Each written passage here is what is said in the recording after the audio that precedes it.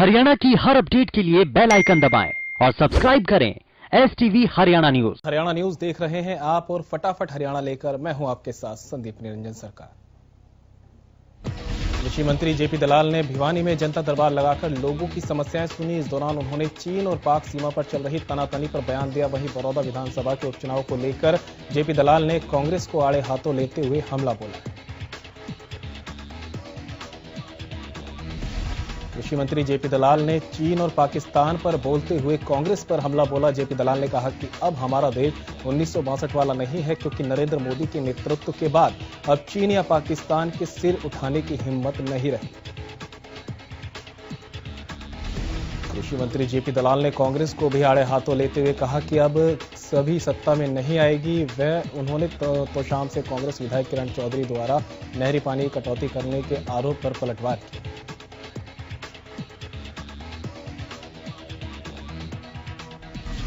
JP दलाल ने कहा कि किरण चौधरी को जमीन या पानी की कोई जानकारी नहीं, वो केवल 6 महीने में एक बार फोटो खिंचवाने आती है। साथ ही जेपी दलाल ने चुटकी लेते हुए कहा कि कुछ दिन पहले तो तोशाम के लोग तो अपने विधायक के गायब होने की बात करने लगे थे।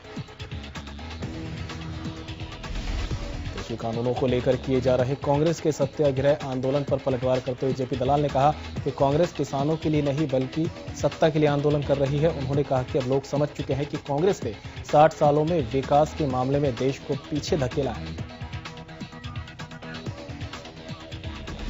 कोरोना महामारी के बीच प्रदेश सरकार ने 9वीं से 12वीं तक के स्कूलों को खोलने का फैसला लिया, जिसके बाद सोमवार से छात्र स्कूल जाते नजर आए। बहादुरगढ़ में स्कूलों में कोविड-19 के तहत जारी गाइडलाइन का पूरा तरह से पालन किया जा रहा है। क्लास में एक छात्र एक बेंच पर ही बैठेगा, वहीं एक क्लास में केवल 20 छात्रों को ही बैठने की अनुमति दी गई है। वहीं अभिभावकों की अनुमति के बाद ही छात्र स्कूल पहुंच रहे हैं।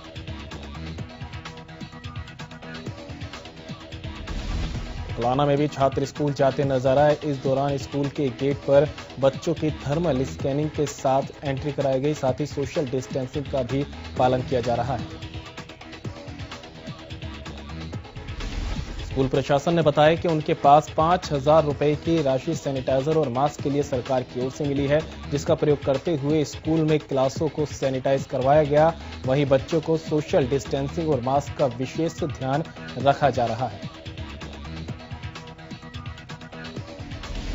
झज्जर में भी नियमों के साथ स्कूल खोले गए। स्कूल प्रबंधन की ओर से सभी का मेन गेट पर टेम्परेचर चेक करने के बाद ही सभी को अंदर आने की अनुमति दी गई। स्कूल के चेयरमैन ने बताया कि हमने पूरे स्कूल को कल ही सैनिटाइज करा दिया था और सभी माता पिता की अनुमति के बाद बच्चों को क्लास में बैठने दिया गया। स्कूल प्रबंधन ने बताया कि सोशल डिस्टेंसिंग के तहत बच्चे क्लास में बैठे। टीचरों ने बताया कि कोरोना के कारण हमने 30% सिलेबस कम कर दिया है। हम बच्चों को बेहतर पढ़ाई मुहैया करा रहे हैं और बच्चे भी अपने स्कूल में आकर बेहद ही खुश नजर आ रहे हैं। कैथल में सभी स्कूल गाइडलाइंस के साथ खुले। एक स्कूल के प्रिंसिपल ने बताया कि स्कूल को पूरी तरह से सैनिटाइज किया गया। वहीं इस क्लास में जिस बच्चे की 2 बेंच है वो उसी सीट पर हर दिन बैठेगा। स्कूल के प्रिंसिपल ने बताया कि बच्चों के हाथों को सैनिटाइज कराने के बाद उनका टेम्परेचर चेक करने के साथ ही उन्हें स्कूल में एंट्री दी जा रही है।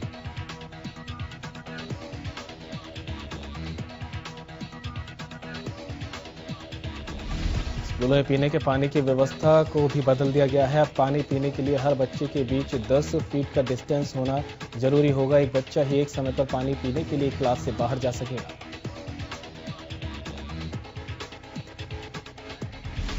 हरियाणा में कोरोना के आंकड़ों में बढ़ोतरी दर्ज की गई। पिछले 24 घंटों में 1670 नए मरीजों की पुष्टि की गई। गुरुग्राम में 529 और फरीदाबाद में 296 नए केस दर्ज किए गए।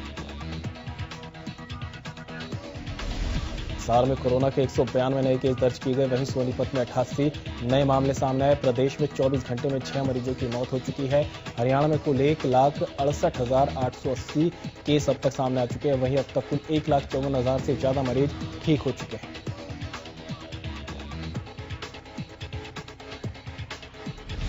बड़ौदा विधानसभा उपचुनाव के लिए चुनाव प्रचार थम गया है। आखिरी दिन राजनीतिक दिग्गजों ने अपने प्रत्याशी के लिए जमकर चुनाव प्रचार किया और लोगों से अपने पक्ष में वोट की अपील की। मैदान में डटे तमाम प्रत्याशियों के चुनाव कार्यालय पर शाम ढलने के साथ ही मतदान की तैयारियां तेज हो गई।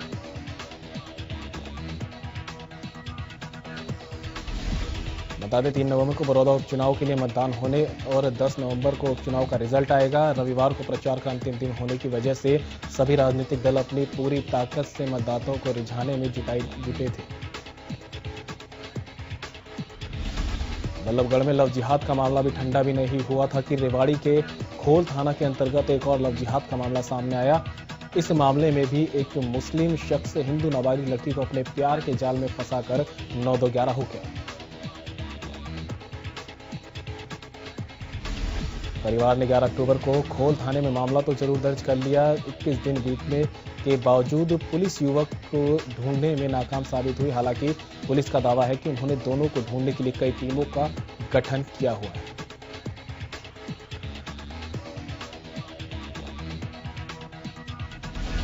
उधर नाबालिग युवती की मां ने बताया कि आरोपी युवक उनके घर जेसीबी मशीन पर बतौर ऑपरेटर पे कार्यरत था। ऐसे में उनके घर काफी आना जाना लगा रहता था, लेकिन 10 अक्टूबर को दोनों घर से गायब हो गए।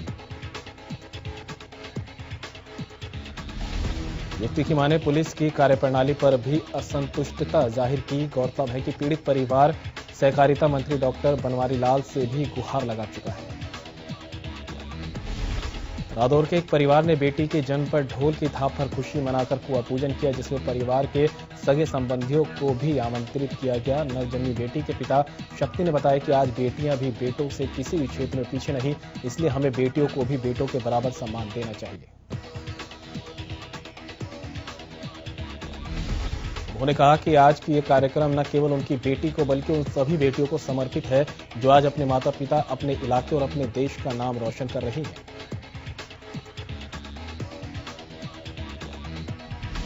बहादुरगढ़ में बंद पड़ी एक खाली फैक्ट्री में संदिग्ध परिस्थितियों में एक महिला का शव पेड़ से लटका हुआ मिला। महिला का शव फैक्ट्री में एक झुके हुए पेड़ पर घुटनों के बल लटका हुआ मिला। सुबह के समय फैक्ट्री के बाहर से गुजरने वाले लोगों ने पेड़ पर महिला का शव लटका हुआ देखा। सूचना मिलते ही पुलिस मौके पर पहुंची, महिला की पहचान में जुट गई। वहीं आसपास के लोगों ने पूछताछ करने के बाद भी महिला के बारे में अब तक कोई सुराग नहीं मिला। सिटी थाना प्रभारी सुनील कुमार ने बताया कि महिला का शव पेड़ पर कपड़े की सहायता से बंधा हुआ था। पुलिस ने बताया कि शुरुआती जांच में आत्महत्या का मामला लग रहा है। फिलहाल पुलिस ने फॉरेंसिक टीम को मौके पर बुलाकर महिला की शिनाख्त की कोशिश कर रही है। पुलिस सभी पहलुओं को ध्यान में रखकर मामले की जांच में जुटी है। जुलाना में एक ट्रॉले और मोटरसाइकिल में भिड़ंत हो गई। इस दौरान बाइक शख्स की ट्रॉले के नीचे आने से उसकी मौके पर ही मौत हो गई। बताया जा रहा है कि मकड़ौली निवासी व्यक्ति अपनी पत्नी को लेने के लिए अपने ससुराल उचाना के लिए गांव जा रहा था। जब वह जुलाना से जींद की तरफ निकला तो उसकी बाइक सड़क में बने गड्ढे के कारण सामने से आ रहे ट्रॉले से जा टकराई। इस दौरान उसकी मौके पर ही बाइक सवार की मौत हो गई। वहीं सूचना पर पहुंची पुलिस ने शव को अपने कब्जे में लेकर पोस्टमार्टम के लिए जींद अस्पताल पहुंचाया। पुलिस ने मृतक के भतीजे की शिकायत पर ट्रॉला चालक के खिलाफ मामला दर्ज कर जांच शुरू कर दी। हरियाणा मेडिकल काउंसिल की तरफ से अंबाला में कोरोना योद्धाओं को सम्मानित करने के लिए कार्यक्रम का आयोजन किया गया। इस कार्यक्रम में प्रदेश के स्वास्थ्य मंत्री अनिल विज ने बतौर मुख्य अतिथि शिरकत की। कार्यक्रम की शुरुआत कोरोना महामारी में ड्यूटी के दौरान जान गंवाने वाले डॉक्टरों को याद करके की गई। इस दौरान विज ने मंच से कोरोना योद्धाओं को सैल्यूट भी किया। कार्यक्रम में अनिल विज ने मंच से कोरोना काल में बेहतर काम करने के लिए डॉक्टर और उनकी टीम की जमकर सराहना की। विज ने कहा कि उनके हर विभाग ने दिन रात महामारी के खिलाफ जंग लड़ी है।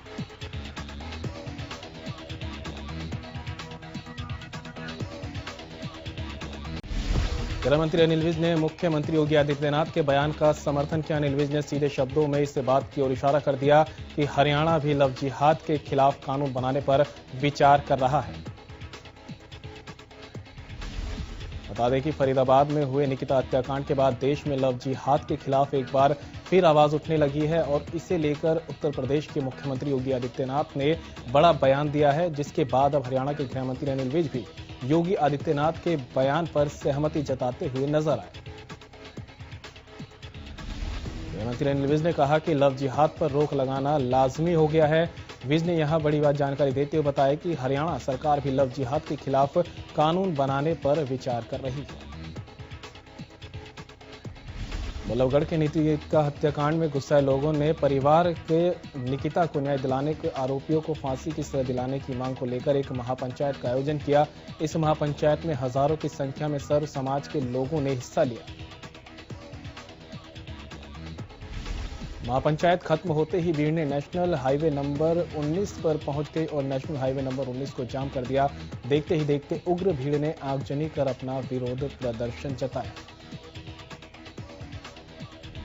वहीं भीड़ में से कुछ और उपद्रवी तत्वों ने आसपास की दुकानों को नुकसान पहुंचाने की कोशिश की, जिसके बाद पुलिस ने उन्हें बल प्रयोग से रोकने की कोशिश की, लेकिन भीड़ पुलिस को काबू होती नजर नहीं आई, जिसके बाद भीड़ को तितर-बितर करने के लिए लाठीचार्ज का इस्तेमाल किया गया।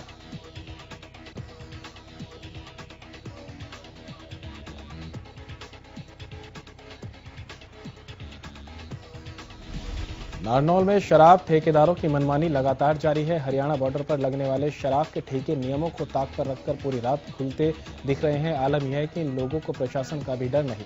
जब सेल्समैन से इस बारे में पूछा गया तो उसने भी साफ कहा कि उन्हें प्रशासन की किसी तरह का कोई मतलब नहीं, जो ठेकेदार कहेगा वही वो लोग करेंगे। टोहाना के गांव हैदर लवाला में प्रशासन ने क्रिकेट का आयोजन कर किसानों को पराली न जलाने का संदेश दिया। इस दौरान आसपास के गांवों से काफी संख्या में किसान और ग्राम सरपंच मौजूद रहे। टोहाना के एसडीएम नवीन कुमार ने बताया कि क्रिकेट मैच एसडीएम 11 और प्रोग्रेसिव फार्मर 11 के बीच में खेला गया। साथ ही एसडीएम ने कहा कि मैच का मकसद है किसानों के साथ दोस्ताना संबंध बनाने पर हुए पराली प्रबंधन के लिए जागरूक करना। उन्होंने कहा कि इस मैच में आसपास के क्षेत्र के दर्जनों किसानों ने भागीदारी करते हुए प्रशासन की इस मुहिम में सहयोग देने की बात कही।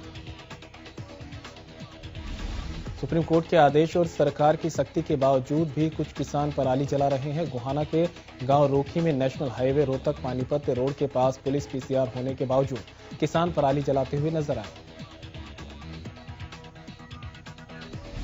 पूरे मामले को लेकर सहायक कृषि अभियंता नवीन हुड्डा ने बताया कि किसानों द्वारा धान की पराली जलाने को लेकर पाबंदी लगाई हुई है। जो भी किसान धान की पराली जलाता है उसके खिलाफ कार्रवाई की जाती है। वहीं डॉक्टरों का कहना है कि प्रदूषण बढ़ने से कोरोना के मरीजों की संख्या बढ़ने का अंदेशा है। लोगों से अपील की जा रही है कि पराली ना जलाएं। वहीं किसानों का कहना है कि पराली से प्रदूषण नहीं फैलता, बल्कि वाहनों और फैक्ट्रियों के धुएं से प्रदूषण फैलता है। साइबर सिटी में जैसे जैसे मौसम में नमी यानी ठंडक बढ़ती जा रही है, वैसे वैसे पॉल्यूशन स्तर भी खतरनाक स्तर पर पहुंचता जा रहा है। बीते 10 दिनों में साइबर सिटी का एयर क्वालिटी इंडेक्स यानी प्रदूषण लेवल 350 से 400 के आंकड़े को पार कर चुका है। वहीं इस बढ़ते प्रदूषण ने आमजन मानस का भी जीना मुहाल करना शुरू कर दिया है। गुरुग्राम के लोगों की माने तो आंखों में जलन, सांस लेने में तकलीफ होने जैसी शिकायतें सर्दी बढ़ने के साथ ही शुरू हो गई। वहीं बढ़ते प्रदूषण को लेकर जिला प्रदूषण अधिकारी ने द्वारिका एक्सप्रेस वे बनाने वाली कंस्ट्रक्शन कंपनी पर 5 लाख का जुर्माना ठोक बड़ी कार्रवाई को अंजाम दिया। करनाल में इन दिनों महिला चोरों का गैंग सक्रिय है। हैंडलूम की एक दुकान से महिला चोर कपड़ों से भरा बैग लेकर रफू चक्कर हो गई। चोरी की वारदात वहां लगे सीसीटीवी में कैद हो गई। सूचना पाकर मौके पर पहुंची पुलिस ने मामला दर्ज कर आगे की कार्रवाई शुरू कर दी।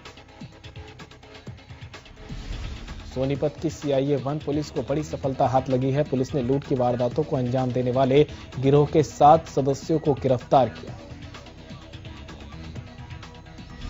दरअसल 29 अक्टूबर को हथियारों के बल पर फैक्ट्री से लाखों का कॉपर और एल्यूमिनियम लूटकर ये बदमाश फरार हो गए थे। पुलिस ने सभी आरोपियों को अदालत में पेश कर 7 दिनों के लिए पुलिस रिमांड पर लिया है, ताकि इनसे लूटे गए सामान को बरामद किया जा सके।